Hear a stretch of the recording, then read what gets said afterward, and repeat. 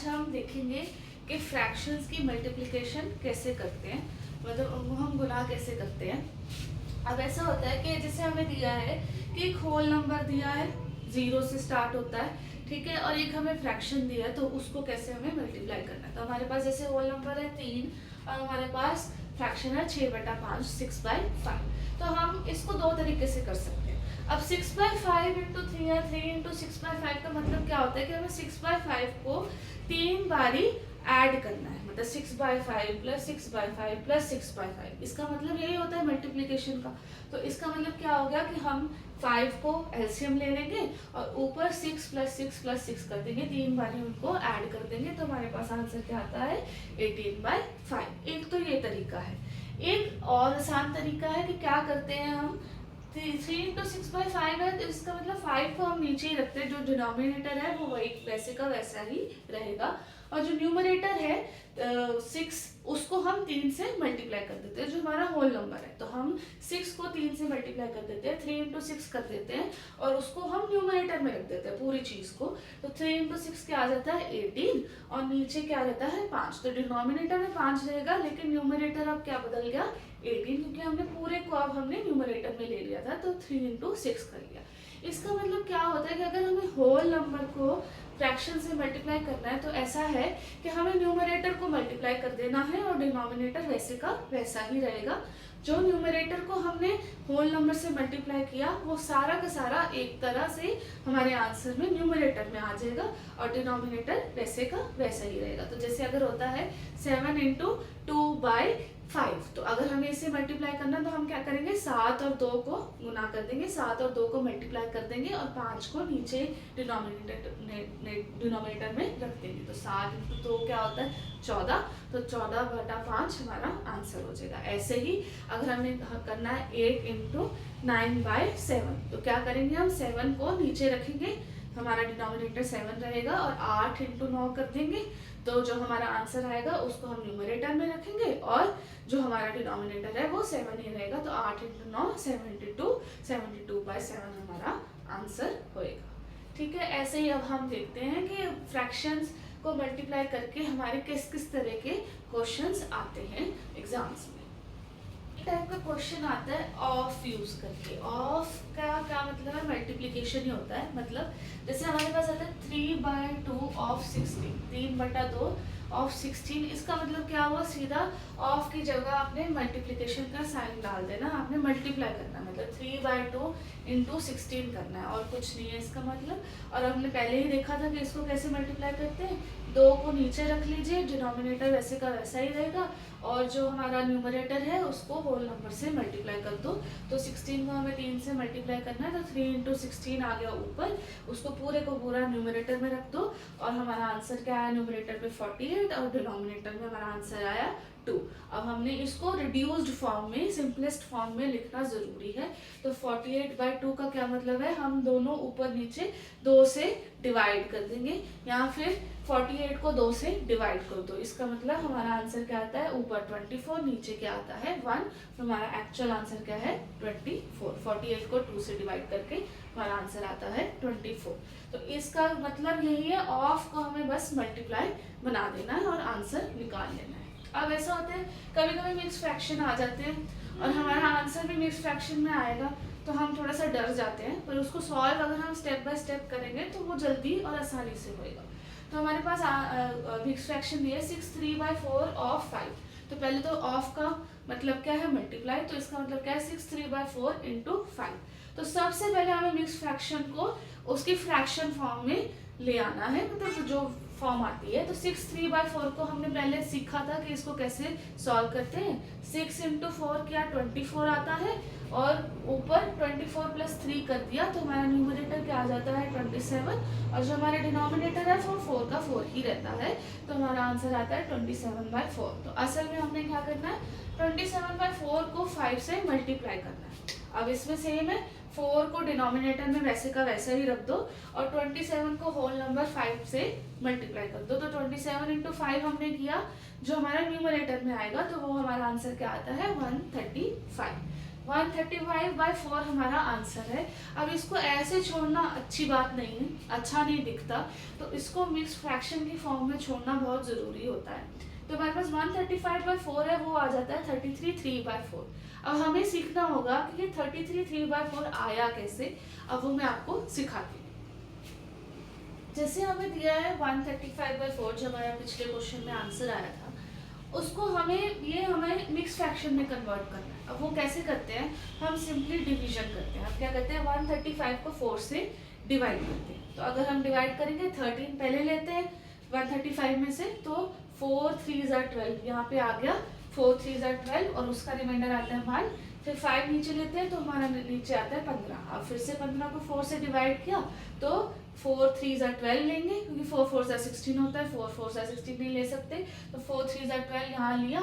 इसको हमने सब्ट्रैक्ट किया, 15 - 12 यानी 3। अब हमारे पास क्या आ गया, हमें क्या देखना है इसमें, हमें 4 को देखना है। फिर हमारे पास जो आता है क्वोशंट, मतलब ये आया 33, ठीक है। फिर हमारे पास जो आता है रिमाइंडर, जो आता है 3। अब हमें इसे मिक्स फ्रैक्शन की फॉर्म में हम इसको कैसे लिखेंगे, 4 जिससे हमने डिवाइड किया था उसको हम नीचे लिखेंगे डिनोमिनेटर की जगह, ठीक है। जो हमारा क्वोशंट आया, जिसको हम कभी कभी आंसर बोल देते हैं बट वैसे वो क्वोशंट होता है, उसको हम क्वोशंट को हम नेचुरल नंबर जो पार्ट होता है मिक्स फ्रैक्शन का, नेचुरल नंबर पार्ट में की फॉर्म में लिखेंगे। तो 33 को वो नेचुरल नंबर का फॉर्म देंगे, थोड़ा सा बड़ा करके लिखेंगे, और जो रिमाइंडर है वो इधर न्यूमरेटर की जगह आ जाएगा, जो हमारे प्रॉपर फ्रैक्शन का न्यूमरेटर होता है मिक्स फ्रैक्शन के फॉर्म में। तो वो 3/4 हो जाएगा और यहाँ पे 33 हो जाएगा। तो असल में पूरा फ्रैक्शन क्या होगा, 135/4 क्या होगा, 33 3/4। तो क्वोशंट नेचुरल नंबर की उस जगह पे आता है, 4 डिनोमिनेटर की जगह पे आता है, 3 जो प्रॉपर फ्रैक्शन पार्ट है मिक्स फ्रैक्शन का, 3 उसके न्यूमरेटर में आता है, और पूरा हमारा ऐसे मिक्स फ्रैक्शन बन जाता है। अब हम एक और तरीके का क्वेश्चन देखेंगे जो मल्टीप्लिकेशन और फ्रैक्शन में आता है। तब एक और टाइप के क्वेश्चन आते हैं जिसमें क्या होता है कि कोई फिगर दी होती है, उसको कुछ हिस्सों में डिवाइड किया होता है, और उनमें से कुछ पार्ट्स को उन्होंने शेड या कलर किया होता है, तो हमें वो फ्रैक्शन बताना है कि कौन सा शेडेड पोर्शन वो रिप्रेजेंट करता है। तो what fraction does the shaded portion represent. तो हमारे पास एक बड़ा ट्राइंगल था। अब हमें सबसे पहले अगर आंसर करना है तो हमें ये देखना है कि इस बड़े ट्राइंगल को कितने पूरे हिस्सों में उन्होंने डिवाइड किया, मतलब कितने छोटे ट्राइंगल बने। तो कितने छोटे ट्राइंगल है, 1 2 3 और 4। जो पोर्शन कलर्ड नहीं है उसको भी हमें काउंट करना है पूरे के लिए, होल के लिए, पूरे हिस्से को काउंट करने के लिए। तो 1 2 3 4, 4 छोटे ट्राइंगल में हमने इस बड़े ट्राइंगल को डिवाइड कर दिया। अब हमें क्वेश्चन की तरफ जाना है कि वो कौन सा शेडेड पोर्शन की बात कर रहे हैं। अब हम देखेंगे 4 छोटे ट्राइंगल थे, उसमें से सिर्फ 3 को ग्रीन कलर किया, मतलब 1 2 3, चौथे को कलर नहीं किया। तो हमने देखा कि 4 पार्ट्स तो होल थे जिसको पूरा हमने डिवाइड कर दिया था, और 3 पार्ट्स हैं जो शेडेड है, एक ट्रायंगल शेडेड नहीं है, 3 ट्रायंगल्स शेडेड है। तो जो पार्ट होल है, जो पूरा हमने पूरे बड़े ट्रायंगल को जितने हिस्सों में डिवाइड किया था उसको हम किस डिनोमिनेटर में लिख देंगे। तो 4 को तो हमने डिनोमिनेटर में लिख दिया। तो जो पार्ट शेडेड है, जो हमारे ट्रायंगल शेडेड है, तो 4 में से 3 शेडेड थे, तो 3 हमने क्या लिखना है न्यूमरेटर में। तो हमारा जो फ्रैक्शन आता है वो क्या आता है 3/4 यानी 3/4। तो 3 शेडेड था तो ऊपर लिख दिया, जो पूरे को हमने डिवाइड किया था वो नीचे लिख दिया, तो वो हमारा आंसर आ जाता है 3/4। ऐसे और भी आते हैं फिगर वाले क्वेश्चन, बट वो आसान होते हैं करने अगर हमें फ्रैक्शन का बेसिक कंसेप्ट पता हो। अब हम आते हैं कि अगर फ्रैक्शन को फ्रैक्शन से मल्टीप्लाई करना है। अभी हम देख रहे थे कि फ्रैक्शन को होल नंबर से मल्टीप्लाई कर रहे थे, अब हम फ्रैक्शन को फ्रैक्शन से मल्टीप्लाई करेंगे। तो जैसे हमारे पास होता है 1/4 ऑफ 3/2, ऑफ का मतलब इंटू करना है, मल्टीप्लाई करना है, तो 1/4 इंटू 3/2 करना है। अब ये बहुत आसान है, जैसे हम पहले करते थे वैसे ही करना है। अब इसमें क्या करना है, जो दोनों फ्रैक्शंस के न्यूमरेटर है उन दोनों को मल्टीप्लाई कर दो, जो दोनों फ्रैक्शंस के डिनोमिनेटर है उन दोनों को मल्टीप्लाई कर दो, और रिस्पेक्टिवली उनको न्यूमरेटर और डिनोमिनेटर में लिख दो ताकि हमारा आंसर आ सके। तो हमने इसमें क्या किया कि 1 और 3 को जो न्यूमरेटर थे दोनों फ्रैक्शंस के उसको मल्टीप्लाई किया, 1 इंटू 3 किया और वो न्यूमरेटर में लिख दिया। तो हमारा न्यूमरेटर क्या आता है आंसर में 3। ऐसे ही हमने डिनोमिनेटर को मल्टीप्लाई कर दिया दोनों फ्रैक्शन के, 4 और 2 को मल्टीप्लाई किया, 4 इंटू 2 किया, उसको डिनोमिनेटर में लिखा, तो हमारा आंसर डिनोमिनेटर में क्या आता है 8। तो हमारा फ्रैक्शन क्या बन जाता है 3/8। न्यूमरेटर को न्यूमरेटर में लिखना है और डिनोमिनेटर्स को डिनोमिनेटर्स में लिखना है जो उसका प्रोडक्ट आता है, ठीक है। ऐसे ही आता है 3/4 और 4/7। पहले तो ऑफ को मल्टीप्लाई में बदल दो, तो 3/4 इंटू 4/7 करना है। वैसे ही दोनों के न्यूमरेटर्स को मल्टीप्लाई करके हमारे आंसर के न्यूमरेटर बना देना है, और जो दोनों के डिनोमिनेटर्स है उनको मल्टीप्लाई करके हमारे आंसर के डिनोमिनेटर बना देना है। तो 3 इंटू 4 किया वो न्यूमरेटर में आता है, और 4 इंटू 7 किया वो डिनोमिनेटर में आता है। तो 3 इंटू 4 क्या होता है 12, 4 इंटू 7 क्या होता है 28। अब हमारे पास क्या आता है 12/28। अब 12/28 हमारा रिड्यूस्ड फॉर्म नहीं है, इसको सिंपलेस्ट फॉर्म में करना होगा।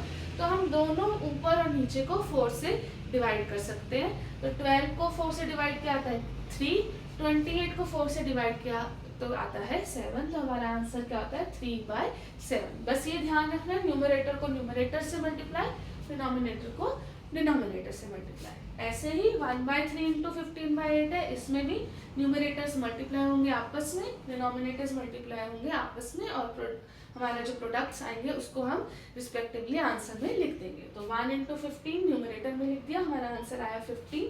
3 इंटू 8 डिनोमिनेटर में लिख दिया, हमारा आंसर आया 24। तो हमारा आंसर क्या बनेगा 15/24। ये सिंपलेस्ट फॉर्म नहीं है तो उसे बनाना पड़ेगा। तो 15/24 को हम क्या करेंगे 3 से डिवाइड कर देंगे ऊपर और नीचे, न्यूमरेटर को भी 3 से, डिनोमिनेटर को भी 3 से डिवाइड किया। तो 15 को 3 से डिवाइड किया आया 5 न्यूमरेटर में, 24 को 3 से डिवाइड किया आया 8 डिनोमिनेटर में। तो हमारा आंसर क्या आता है 5/8। अब हम ऐसे ही मिक्स्ड फ्रैक्शंस हो तो उसको कैसे मल्टीप्लाई करते हैं वो देखते हैं। अब ऐसे ही हमारे पास आता है कि अगर फ्रैक्शन दिया है और मिक्स फ्रैक्शन दिया है तो उसको कैसे मल्टीप्लाई करते हैं। तो सबसे पहले तो मिक्स फ्रैक्शन को फ्रैक्शन फॉर्म में ले आओ ताकि हमारा आंसर निकालना आसान हो जाए। तो हमने 5 1/3 को फ्रैक्शन की फॉर्म में लेकर आते हैं। 5 इंटू 3 15 किया, प्लस 1 किया न्यूमरेटर में, तो हमारा आंसर आता है 16/3। आई होप ये सबको पता हो कैसे करते हैं। अब हमको क्या करना है 3/2 इंटू 16/3 करना है। अब ये वैसे ही हो गया जैसे हमने अभी सीखा।